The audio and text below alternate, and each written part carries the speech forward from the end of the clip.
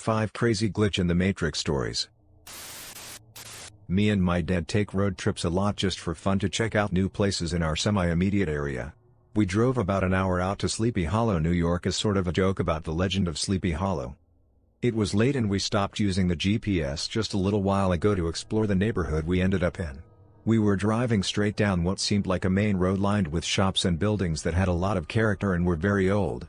At one point we drove past a small house with fairy lights up in the backyard and there was clearly a small party going on with people and a barbecue still out.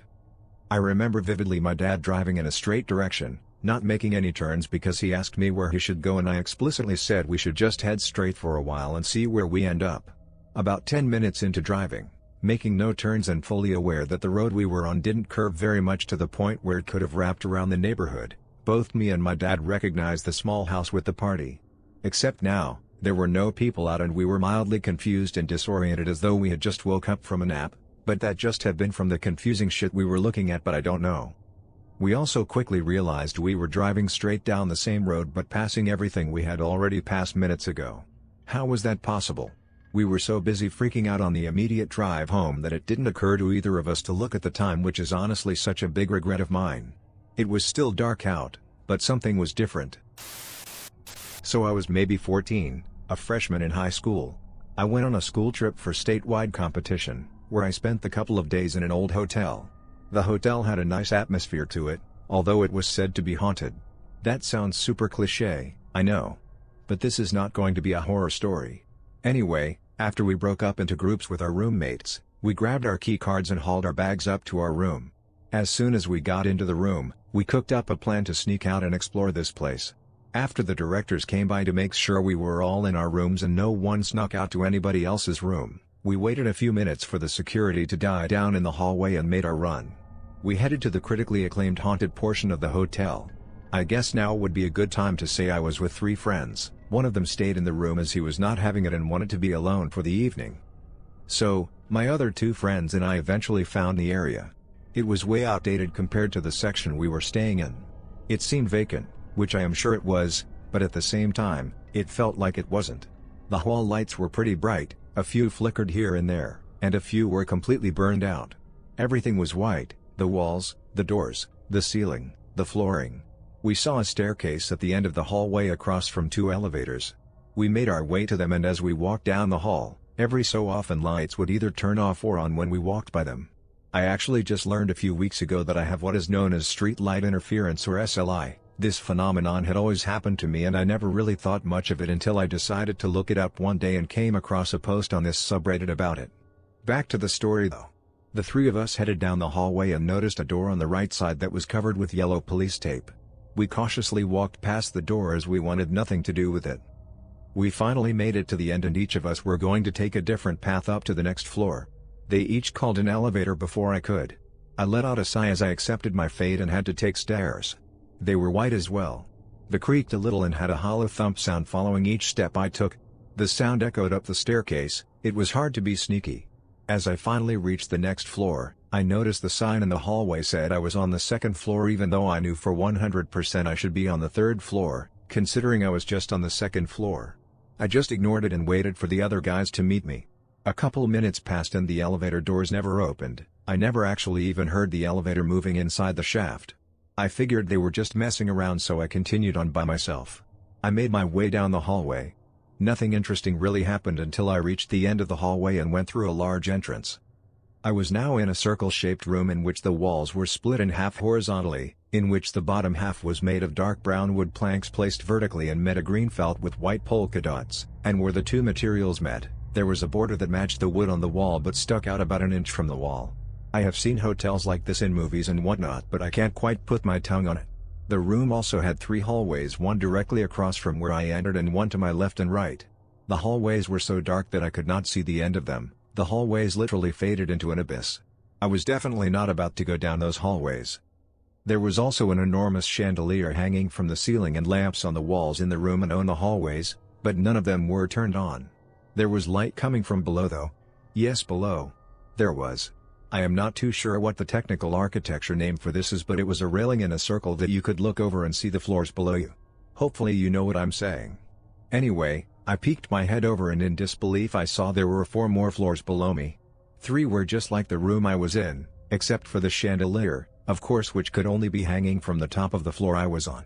As I stood there wondering how I could have gotten to a 5th story, when I knew from the outside of the hotel that there was definitely not 5 floors, I noticed the bottom floor was the only place to have light. It was bouncing off of the glossy, white marble tile and up to my floor. I then saw 2 men in suits meet up, shake hands, and exchange briefcases. It was a swift swap, no words, no expressions. Nothing. Having seen plenty of action, thriller, and spy movies, I knew something was weird, so I decided to get back to my room ASAP. The walk back was nothing abnormal, so I will skip to when I got back to my room.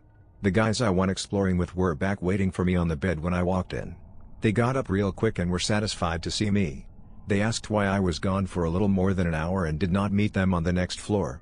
I was confused and I thought they were still messing with me. Then I checked the time and found out that they were right. We left the room around 11:30 p.m. and spent maybe 20 minutes until we split up. So, about 11:50 p.m. is when we went our separate ways, and I know there was no way I spent more than 15 minutes in that strange room plus the time it took me to walk back. So if you do the math, I should have been back just after midnight. I guess I was wrong, as my phone displayed 1:20ish a.m. I told my friends my story and they did not believe me. I had no proof except to take them there and hope this was real. They did not want to go that night, but instead insist we go in the morning before we had to leave. But of course we all woke up late and did not have time to go. I was never able to show them and I honestly was relieved. I did not want to go back. I have encountered 3 sets of doppelgangers in my life, one being my own. The first set I encountered was at my old school, which was K-12. It was a pretty small school and people normally only went there when there wasn't space in one of the other schools. It was very common to have new students or have people leave halfway through the year. There were 3 girls though who all looked identical in my grade. Every time one left she would be replaced. I don't know how to explain what I mean, but the first girl switched schools at the end of grade 2 and a second girl who looked exactly like her joined in September. The second girl left in grade 6 and a girl who looked exactly like her arrived and took her place. If you look through photos it just looks like one person aging. I left the school in grade 8, so I don't know if this is continuing, but it was certainly strange. The second set, which was me and someone else, felt odd because I don't really see the resemblance. When I joined my school in 8th grade there was this girl who everyone thought I was. My name is Anjali but I go by Angel and her name was Angelina, so at first when people called me Angelina I thought they were just mispronouncing my name or teasing. Since we had similar names, people who didn't know either of us well thought we were the same person. Some of the teachers got confused as well. The third set was probably the weirdest. I'm pretty close friends with this girl named Ashley. My other friend had asked me once, did Ashley go to Name of Friends Dance Academy when she was 9? I know she didn't because she lived in another country at the time. I asked Ashley anyways and she said no. My friend was genuinely confused. There was a girl who looked exactly like Ashley and had the same name who went to the academy when they were 9. We looked at some of the photos and compared to Ashley at the same time, they looked identical. They even made similar poses and expressions in the photos and dressed in a similar way. It was incredibly weird and my friend can't find anyone who knows the Ashley from her academy. When I was in 7th grade, we spent many hours of English class in the school library doing research and typing papers. We had one research paper due on a Friday, and we had all week to work on the computers. Naturally, I goofed off and didn't start the actual paper until class on Thursday.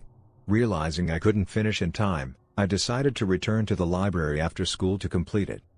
I logged on that afternoon under my username given to me by the school, and tried to open the Word document that I had started earlier that day. When browsing the saved files under my username, there was one I didn't recognize, that I definitely didn't create. It was titled, in all caps, Chapin's Life, I'm Chapin. This creeped me out a little bit, but I figured it was a joke one of my friends was playing on me from earlier in class when I left my computer unattended. So I opened the file expecting to get a laugh. This 2008 Dell desktop computer instantly loaded a file of some 100,000 odd pages of solid wingdings text, start to finish. No punctuation, no paragraphs, just block text. The symbols were organized into what looked like words though, all varying in length. I was utterly confused. I tried to highlight some of the text and switch the font to something comprehensible, but the font options would become grayed out whenever I highlighted the words. I compared the symbols of the document to every style of wingdings and it didn't match any. I tried to search on Google if this was a thing on public school computers, and found nothing.